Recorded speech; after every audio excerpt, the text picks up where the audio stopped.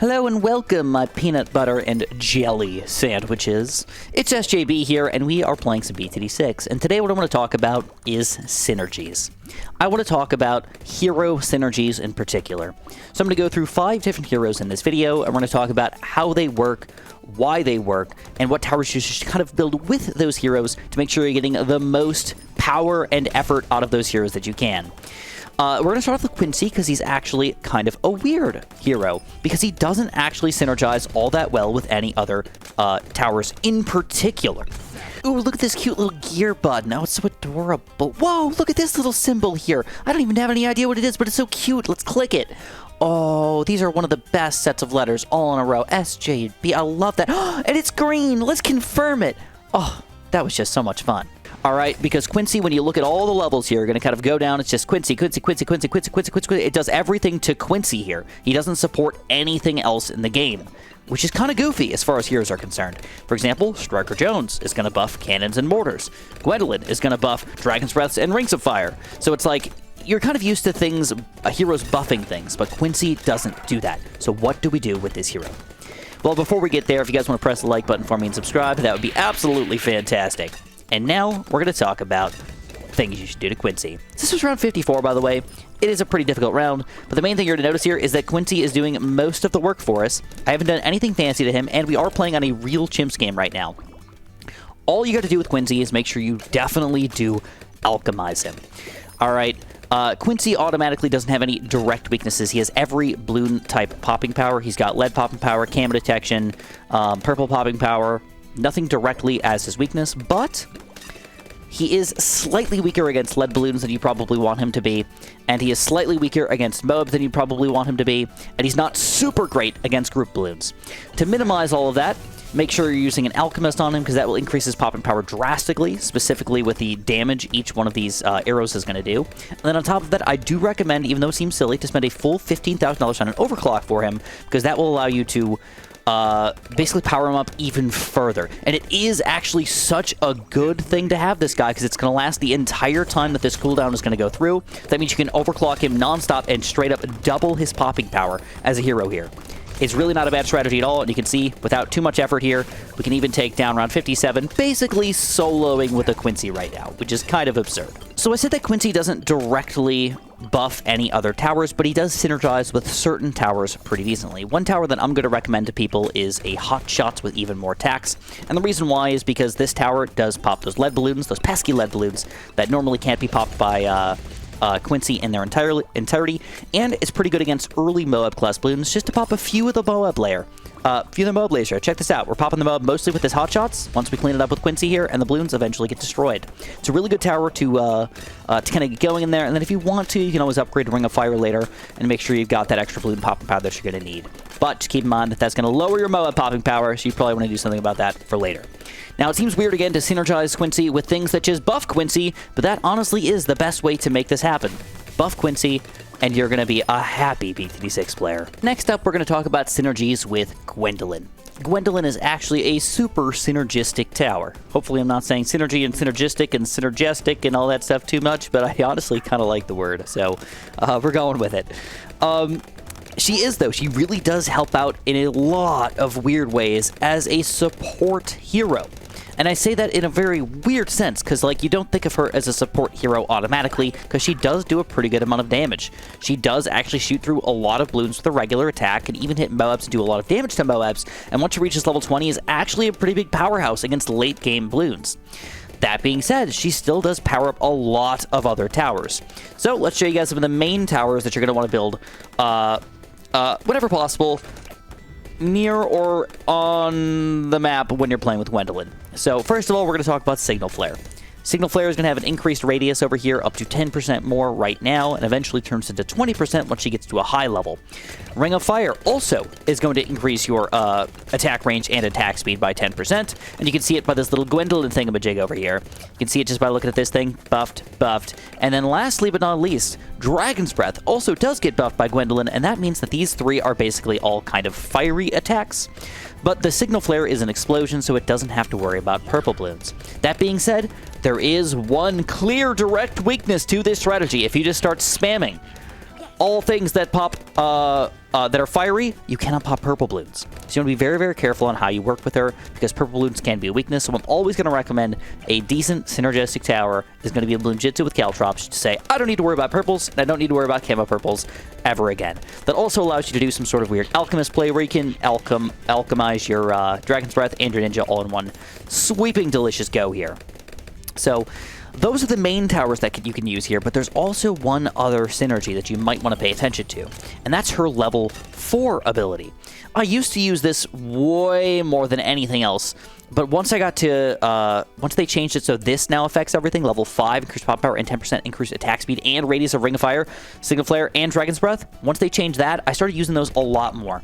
But when you heat up a tower, it allows your towers to specifically hit way more balloons with your heated up ability. So what you want to do is you're going to make sure you are in range of Gwendolyn when you use this thing. It's only going to be towers that are actually in range, unlike these guys, which can be anywhere on the screen. And what you're going to want to do is you're going to want to put down anything that has a lot of kind of pierce. So good examples are tack shooters, lower tier engineers like, you know, sprockets or faster engineering or something like that. Heli pilots are pretty sweet because you get a lot of darts coming out for, you know, kind of a pretty low amount of money. And also ninjas. Ninjas are going to be pretty useful as well because they get a lot of projectiles that can also be heated up. And then basically whenever balloons get in range of Gwendolyn, she will eventually heat them up. See if we're going to heat them up. We heat them up, and that gives you a little Gwendolyn boost for a little while that allows you to pop more balloons and just be more powerful. And also, super helpful against DDTs, I should add. But it's kind of short-lived, so it's not super amazing. Definitely try to use the fire towers way more than anything else, and then when in doubt, use some other extra towers here. But you can see the true power of this combo here. Balloons are getting absolutely nowhere with this strategy. It's just freaking good. Next up, we have Striker Jones, and he's kind of like a 1.5 trick pony kind of situation. He really is a true support hero. He does do some damage, but that is not at all what he is designed to do. If you're thinking that this guy is out there like getting ready to pop Moabs and BFBs and some my gods and maybe the bad balloon at the end of the game, you are sorely mistaken. But what he does do is give a lot of support to explosive towers, the cannon, and the mortar. The weird thing is actually understanding how much this actually is going to help you really takes more experience than just me telling you percentages and numbers and things like that. But generally, having cannons and mortars next, just on the screen on a game that Striker Jones is there really does increase the stuff. And what's interesting is as you level up, they get better and better and better. It's not just at level 4, level 5. It's like, well, everybody gets 20% bonuses, and it's just like that for the rest of the game.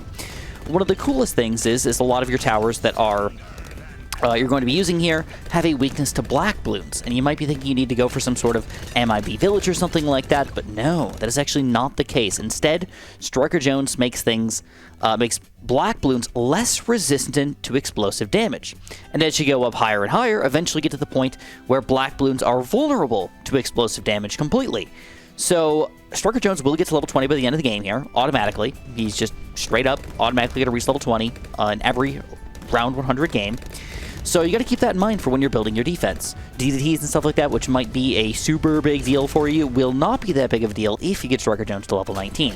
Which usually means if you buy a level for like level 95 or something like that, you could probably get him to level 20. Or you could just wait until level 99 and be like, yep, for sure, I will have that DDT popping power. No worries there. But all you want to do is you want to build, usually, mostly cannons. One of the top strategies is to spam quite a few early game cluster cannons just to kind of get going in here and get a good amount of damage. And also don't forget that these cluster cannons are actually not too bad against Moab class balloons. So check this out.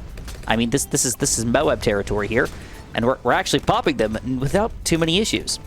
Also, mortars are super duper powerful, so definitely whenever you get a chance, get an artillery battery or something like that. That'll help you out a ton through the rest of the game here. Of course, you can use any other mortars that you want to. Just note that all of them are just going to be generally better. So I know that a lot of people hate mortars, and that might automatically just be like, schmurpity-derpity, I will not be touching this hero, and I will not be touching any mortars. Even if I do use this hero, I'm only going to be using cannons, and that is a fine way to play the game if that's what you want to do. Even further than that, if you really want to get some synergies flowing, keep in mind that all of these buffs kind of compound on top of each other. So if you get something like an Alchemist next to these two cannons right here, this is one of the best tower combos you can get. Get two recursive clusters with heavy bombs next to an Alchemist with your primary mentoring village, and you are gonna be freaking good.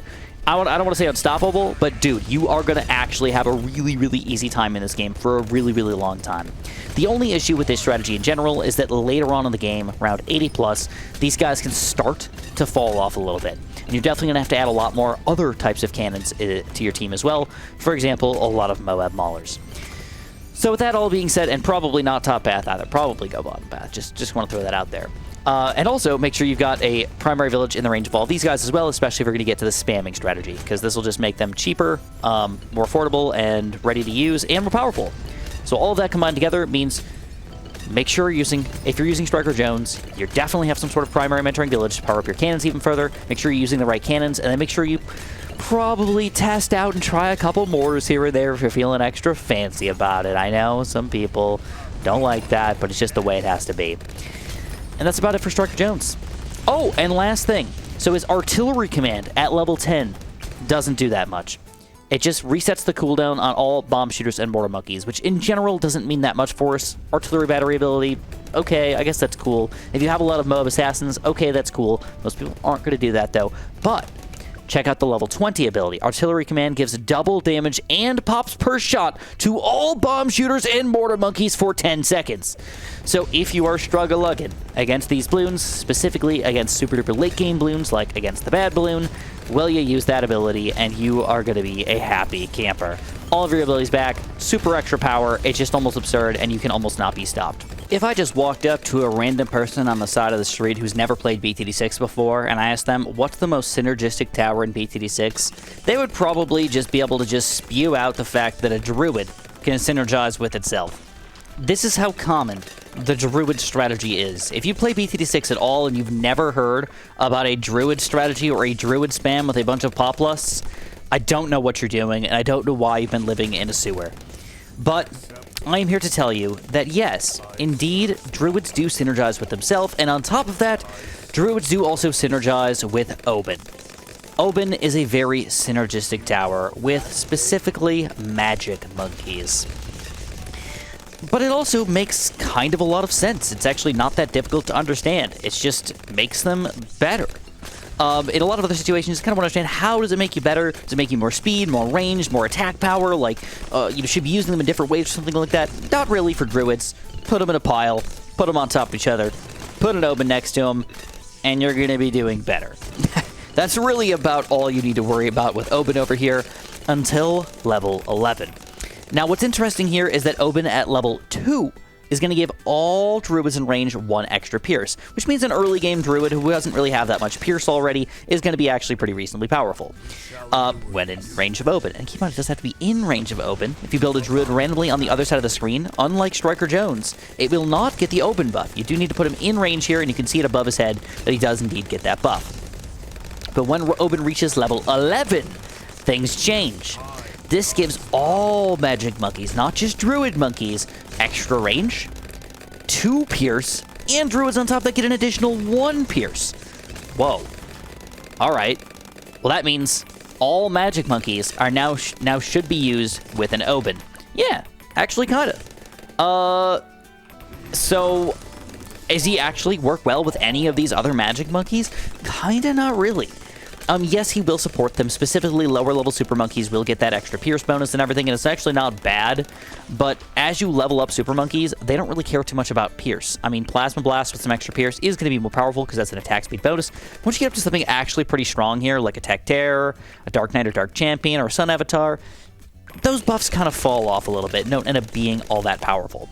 So the main thing that you want to do is if you are getting Obyn, the best strategy still is the Druid strategy. And by the Druid strategy, all I want you to do is I want you to get 6 different Druids next to each other, all in range of each other, get them all up to Pop Lust, most of them with Thorn Swarm, but you can mix and match a little bit if you want to. I've got 1 Heart of the Thunder here. And then make sure you've got that 5 times boosted on every single one of your Druids here. And then if you've got that going for you, save up a bunch of money, get an Avatar of Wrath, and you win the game. It's kind of that easy. So Obyn just kind of makes sense. Don't forget that you can test it out with ninja monkeys and other things like that as well if you want to. But the main tower, definitely lower level super monkeys, some druid action, and then if you want to go a little crazy, you could do a little bit of action with Dragon's Breath wizards or just random other wizards as well. Before I just break out all the synergistic energy out of the game, I wanted to point out that I just found a random mistake that Ninja Kiwi made. 10 rounds! Alright, well, let's put this on one of these guys. Let's check this out. Boing! Well, they just added this new thing that shows you how many rounds it's going to last for, and it's clearly not 15. It's only 10. So, yeah, Ninja Kiwi, get your crap together. Anyways, let's get down to the synergistic action with Geraldo. Straight up, there's not that much. Alright, it's kind of weird because Geraldo is an all-around-esque type hero, but I want to give you guys a couple basics that you should be paying attention to before you go too deep in here. First of all, make sure you are building as many of these guys as you possibly can. They're one of the cheapest and easiest ways to get tons of pop and power throughout the entirety of the game. They just are powerful. Alright, and even if they're not going to help you super duper late game around 99 and 100 and stuff like that, they will still do damage throughout the game and allow you to build other towers that you might not be able to afford if you didn't have these guys kind of in place, ready to pop Bloons when you need to save up that money. In addition, you probably don't really need to know this, but the camo potions here allow you to have camo detection on towers that normally would not have camo detection without needing a village or something fancy to decamo-wise, so spending a measly $215 to get camo detection for a full 10 rounds is actually a pretty good return on investment in most situations. Sharpening stone is kind of important to understand how that thing works, because sharpening stones are kind of goofy. You can't sharpen all of your towers. You can only sharpen certain towers. Why is that the case? Well, basically, they have to have some sort of sharp aspect to them to be considered to be able to be sharpened. So, usually, the best way I can explain that is anything that can pop lead balloons is probably not a sharp attack. But usually, it's just kind of a regular attack that would normally be thrown, like anything that has like, normal darts and things like that. Even if you have something like a boomerang over here, something like that can also be sharpened because it can kind of pop lead balloons, but check this out. Red hot rings, and then we try to sharpen them, we can't. So it's kind of weird how that works, but it's just the way it kind of has to be. It has to be a sharp attack. And also, if you get something like this Taxter here and you sharpen him, and you upgrade to something that isn't a sharp attack, the sharpening will go away. So you want to be careful on what you're going to end up using here. If anything's going to become unsharp and get that lead popping power, well, you can ruin it for yourself pretty easily. In addition, I would highly recommend, if you're going to have any trouble whatsoever with anything throughout the game, use one Geraldo's Fire. One of Jerry's Fire is more powerful than the second or the third Jerry's Fire as time goes on, so don't spam 3 or 4 of them if you can. Just use one all at the same time, and then only use them in big bundles if you need to right at the end of the game, around 90 plus, because after that point you can spam them and they'll just never go away because they last the full 10 rounds. Luckily for us, they still now also have this little thing above them, so you can see exactly how long it's going to last for. The rabbits, for sure, if you're going to build Geraldo, you 100% need the rabbits, one of the most effective, cheapest towers to get in the entire game. It's 4 bunnies, so only like $6,000 or so, and you get a ridiculous amount of pop and power. It's almost absurd. You can use these guys on Super Monkeys, and this is all sort of just normal things you would use on him. But if you are planning on using this in any somewhat weird way, I would definitely say Robo Monkeys and or Dark Knight combos are definitely the way to go here. Going for Sun Avatars, probably not the best way to play the game, but definitely possible if you're using these somewhat cheap Dart Monkey thingamajigs. And don't forget, you don't need to upgrade them beforehand. If you end up upgrading a triple shot Dart Monkey, you do not get anything special off of this guy for doing that. So definitely spam a bunch of Robo Monkeys, even Robo Plasmas, get a ton of extra pop and power out of this, and you're going to be a very, very happy camper with how you spend your money on Geraldo here. And then the last thing about Geraldo is the totems. Of course, if you're going super duper late game and you want to actually have a level 100 Paragon, the only way to do it as a single player is to use totems. I need a lot of them to actually get up to level 100 there. So if you want to go crazy late game, that is another possibility, another synergy that you can use with Geraldo. But to be honest, all of that is just sort of how his towers work, how his upgrades work. So they're really not fancy or special in any specific way, just trying to optimize your guys' strategies and make sure you're using them properly, and making sure you're actually able to synergize with Geraldo and yourself a little more than usual. If you guys enjoyed this video, make sure you press the like button for me, make sure you subscribe, make sure you use my Nexus code, and of course, have a super duper delicious day.